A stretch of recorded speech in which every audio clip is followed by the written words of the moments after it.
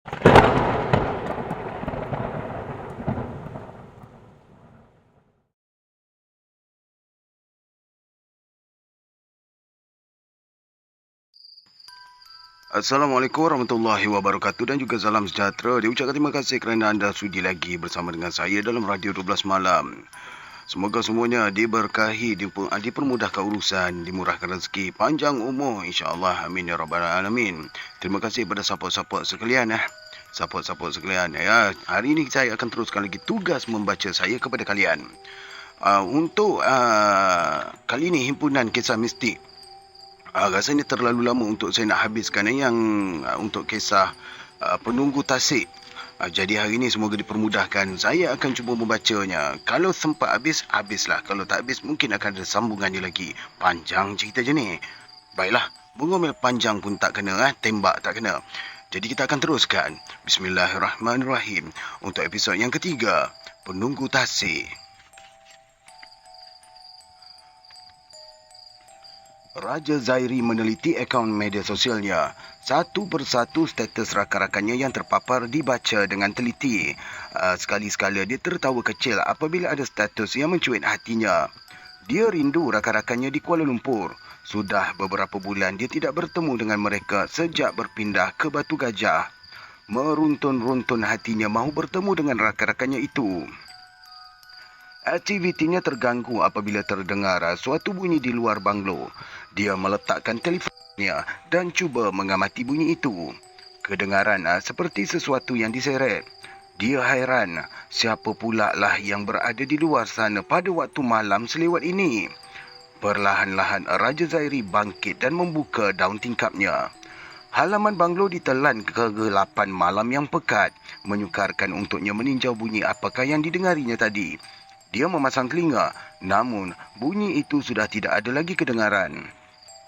Dia kembali berbaring dan menyambung membelek telefon pintarnya. Namun perhatiannya kembali terganggu apabila bunyi itu sekali lagi kedengaran. Dia bangkit semula dan memerhatikan halaman banglo sekali lagi. Namun, dia gagal melihat apa-apa dalam kegelapan malam itu. Raja Zairi menghidupkan aplikasi lampu suluh pada telefon pintarnya lalu disuluh ke tengah halaman. Dia tersentak sehingga terjatuh dari katil dan bergolekan di atas lantai apabila terlihat seekor buaya besar yang terdampar di halaman itu. Nafasnya turun naik, badannya menggeletar. Benarkah apa yang dilihat? Perlahan-lahan dia naik ke atas katil dan menghampiri tingkap semula. Tangannya menggeletar, menyuluhkan lampu telefon pintarnya ke tengah halaman. Namun buaya besar yang dilihatnya tadi telah tiada. Atau benarkah yang dilihatnya tadi itu buaya? Nak pergi mana, Zairi? Tanya Puan Ainina. Nak jalan-jalan sekitar sini. Nak ambil angin. Jawab Raja Zairi. Seorang? Tanya Puan Ainina lagi. Raja Zairi cuma mengangguk. Puan Ainina merenung anak saudaranya dengan rasa kasihan kerana dia tahu Raja Zairi tidak memiliki kawan di sini. Ni ambillah. Nah. Dia menghulurkan bungkusan kecil. Apa tu? Tanya Raja Zairi. Sandwich. Buat alas perut. Raja Zairi mengambil bungkusan sandwich itu lalu keluar dari banglo. Di halaman, dia melihat Pak Daud sedang mencangkul sesuatu di atas tanah. Dia menghampiri orang tua itu. Dia terkejut apabila terlihat kesan tapak kaki binatang sebesar besen sedang dikambus oleh Pak Daud. Raja Zairi teringatkan kejadian malam tadi. Kelibat buaya gergasi di halaman banglo. Adakah benar apa yang dilihatnya? Buat apa tu Pak Daud? Tanya Raja Zairi, biarpun sudah tahu apa yang sedang dilakukan penjaga banglo itu. Pak Daud menoleh. Dia merenung Raja Zairi buat beberapa ketika sebelum menyambung kerjanya. Raja Zairi mengeluh dengan sikap Pak Daud yang pelik. Dia meneruskan langkahnya meninggalkan halaman banglo itu. Dah, jangan pergi dekat tasik itu, Tuan. Tiba-tiba Pak Daud melaung memberikan peringatan. Raja Zairi menoleh ke arah Pak Daud yang merenungnya. Dia meneruskan langkahnya dengan kepala yang terhurung 1000 persoalan. Kalau aku tak pergi tasik, aku nak pergi mana pula? Takkanlah ada shopping mall orang bunian pula dekat sini. gerutu Raja Zairi sendirian. Dia menelusur... ya Allah, dia main dong. Gagap. Sana. Tarik nafas. Baik, kita teruskan. Dia menelusuri denai di hutan belukar berhampiran tanpa tujuan. Sekadar menikmati pemandangan yang jarang dapat dilihat di Kuala Lumpur. Telinganya tiba-tiba menangkap suara orang yang sedang berbicara. Dia mencari-cari suara siapakah itu.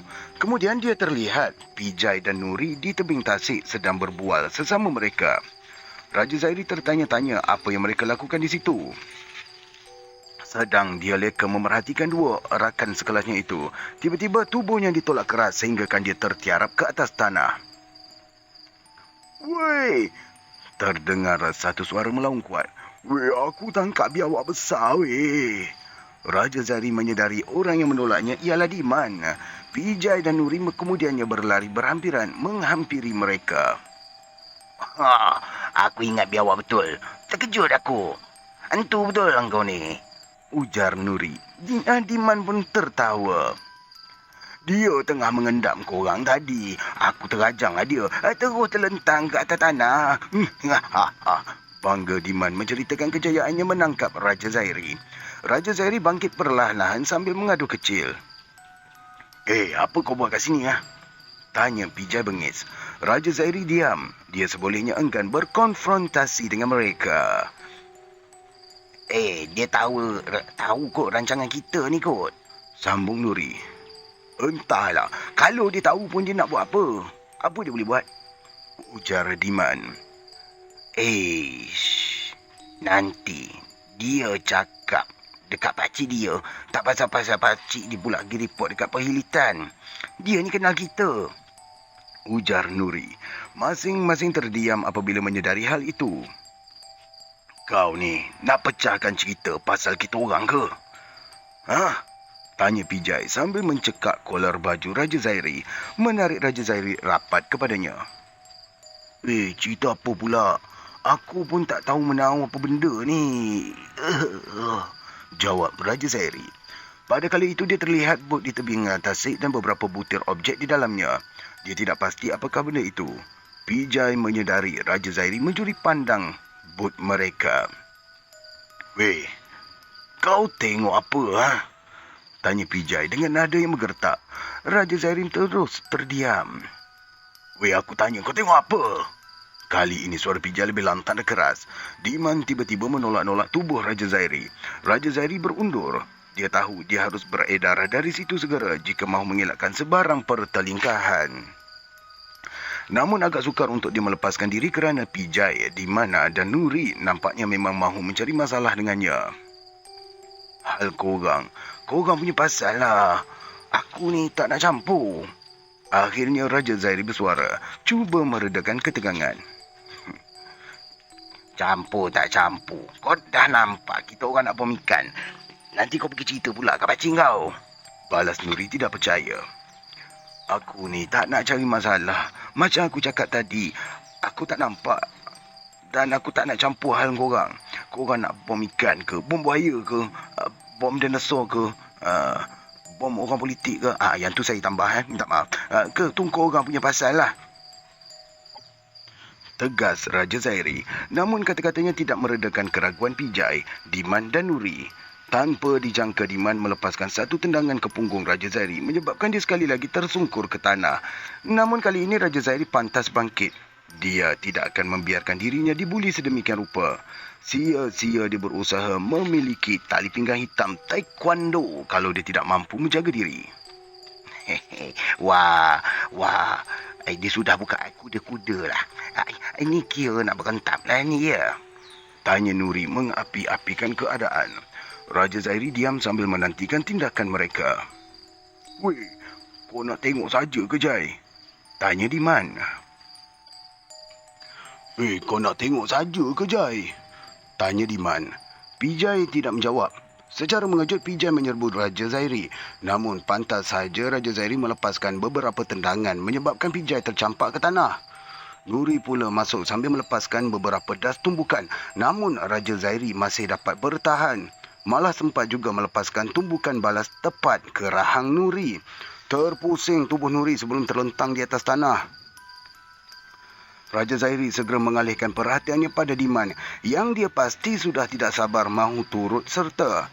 Dan memang benar, Diman telah bersedia dan terus menyerang Raja Zairi. Namun tidak semudah dia menewaskan Pijay dan Nuri. Diman ni agak liat untuk ditumpaskan.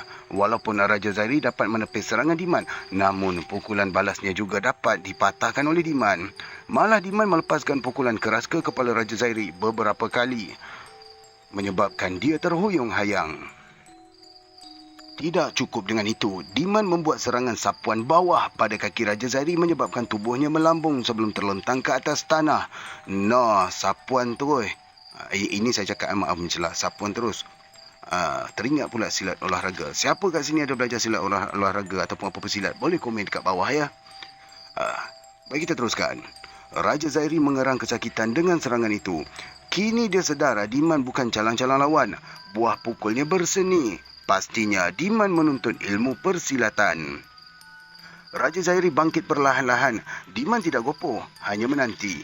Pijay dan Nuri pula sekadar memerhati. Bagai mengerti perkelahian ini adalah di antara Diman dan Raja Zairi.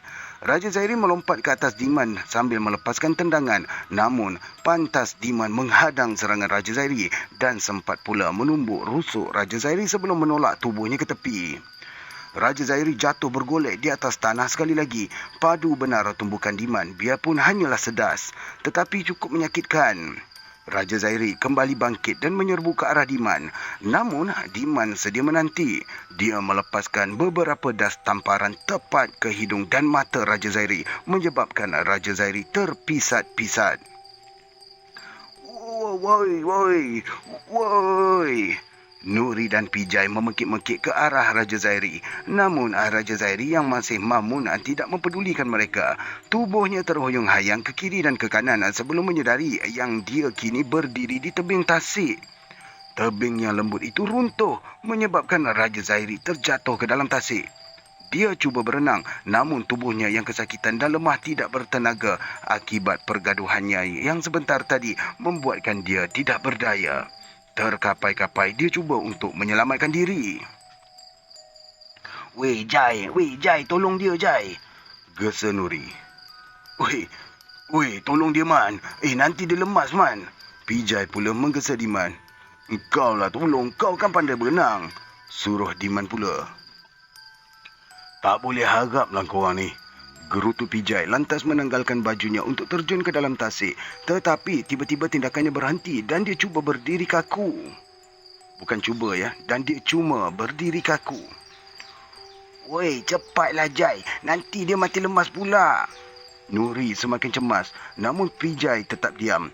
Dia pegun di tebing dengan mata terpaku ke tengah tasik. Weh Jai, pekik Diman. Pijay menyarungkan kembali bajunya sebelum bergegas meninggalkan tempat itu. Woi, kau lari macam tu je, marah Diman. Namun dia tergamam sebaik menyedari kenapa Pijay tidak membantu Raja Zairi. Tidak jauh dari situ, dia terlihat bayang-bayang berwarna hitam yang besar berenang menghampiri Raja Zairi. Diman tidak menunggu lama apabila mendapati Nuri dan Pijay sudah melarikan diri. Dia cepat-cepat mengikut rakan-rakannya bergerak. Raja Zairi tidak mampu bergerak. Tubuhnya terasa sakit. Dia cuba bernafas, namun hanya air tasik yang kotor yang menerobos tenggoroknya.